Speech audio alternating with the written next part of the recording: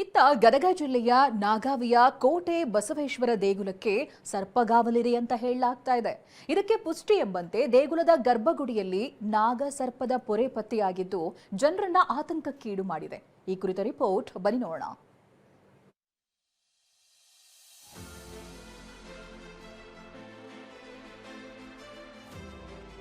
ಐತಿಹಾಸಿಕ ನಾಡು, ಹೊಯ್ಸಳರ ರಾಜಧಾನಿಯಾಗಿದ್ದ ಬೀಡು, ರಾಷ್ಟ್ರಕೂಟರು, ಕಲ್ಯಾಣಿ ಚಾಲುಕ್ಯರು ಆಳಿದ ಊರು.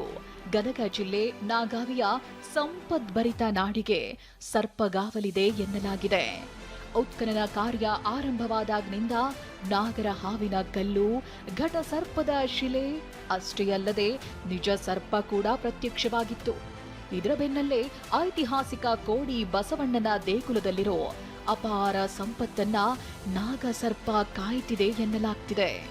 ಇದಕ್ಕೆ ಪುಷ್ಟಿ ನೀಡುವಂತೆ ದೇಗುಲದ ಗರ್ಭಗುಡಿಯಲ್ಲಿ ನಾಗರ ಹಾವಿನ ಪೊರೆ ಪತ್ತೆಯಾಗಿದೆ. ಟಿವಿ9 ಕೂಡ ಐತಿಹಾಸಿಕ ದೇವಸ್ಥಾನಗಳ ಬಗ್ಗೆ ನಿರಂತರವಾಗಿ ವರದಿ ಮಾಡ್ತಿದೆ. ಇವತ್ತು ಕೂಡ ಗದಗ ತಾಲೂಕಿನ ನಾಗಾವಿ ಗ್ರಾಮದ ಬಳಿ ಇರುವ ಗೋಣಿ ಬಸವೇಶ್ವರ ದೇವಸ್ಥಾನ ಬಳಿ ಇದ್ದೀವಿ. ನೋಡ್ಬೋದು, ಇದು ಗೋಣಿ ಬಸವೇಶ್ವರ ದೇವಸ್ಥಾನ. ಇದು ಕಲ್ಯಾಣ ಚಾಲುಕ್ಯರ ಕಾಲದಲ್ಲಿ ನಿರ್ಮಾಣವಾದಂತಹ ದೇವಸ್ಥಾನ. ಇದು ಸಾಕಷ್ಟು ಸುಂದರವಾದಂತಹ ಶಿಲ್ಪ ಕಲೆಯನ್ನು ಹೊಂದಿದೆ. ಅದರಲ್ಲೂ ಕೂಡ ಈ ದೇವಸ್ಥಾನದ ಕಳಶದ ಒಂದು ವಿಶೇಷ ಏನಂತಂದರೆ, ಈ ಒಂದು ಕಳಶದ ಎಲ್ಲಿ ನೆರಳು ಬೀಳುತ್ತೋ ಆ ಒಂದು ಜಾಗದಲ್ಲಿ ಸಾಕಷ್ಟು ಸಿರಿ ಸಂಪತ್ತಿದೆ ಅಂತನ್ನುವಂಥದ್ದು ಈ ಗ್ರಾಮಸ್ಥರು ಹೇಳ್ತಾರೆ. ದೇಗುಲದಲ್ಲಿ ನಾಗರ ಹಾವಿನ ಪೊರೆಯಷ್ಟೇ ಅಲ್ಲ, ನಾಗ ಶಿಲೆಗಳ ಸಾಲು ಕೂಡ ಇದೆ. 3 ಹೆಡೆ 7 ಹೆಡೆ ಸೇರಿ ಹಲವು ನಾಗಶಿಲೆಗಳು ಕೂಡ ಈ ದೇಗುಲದಲ್ಲಿ ಪತ್ತೆಯಾಗಿವೆ.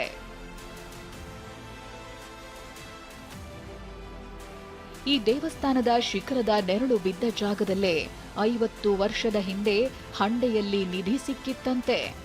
ನಾನು 12 ವರ್ಷದವನಿದ್ದಾಗ ಕಣ್ಣಾರೆ ಕಂಡಿದ್ದೇನೆ. ಇಂದಿಗೂ ದೇವಸ್ಥಾನದ ಸುತ್ತ ಸರ್ಪಗಾವಲಿದೆ ಅಂತ ಲಕ್ಕುಂಡಿಯ ಹಿರಿಯಜ್ಜ ಮುರೆಡ್ಡಿ ಹೇಳಿದ್ದಾರೆ. ಒಂದು ತಪ್ಪಲ್ಲಿ ಎದ್ದೆಪ್ಪ ಅದನ್ನ ನೋಡಿ ನಾವು ಕಣ್ಣೇಲೆ ಅದು ಒಂದು ಗಡ್ತರ ಐತ್ರಿ. ಬಂಗಾರ ಬೆಳ್ಳಿ ಎತ್ತಾರೆ ಕೂಡ ಅದನ್ನು ಸರ್ಕಾರದವ್ರು ಹೋದ್ರು.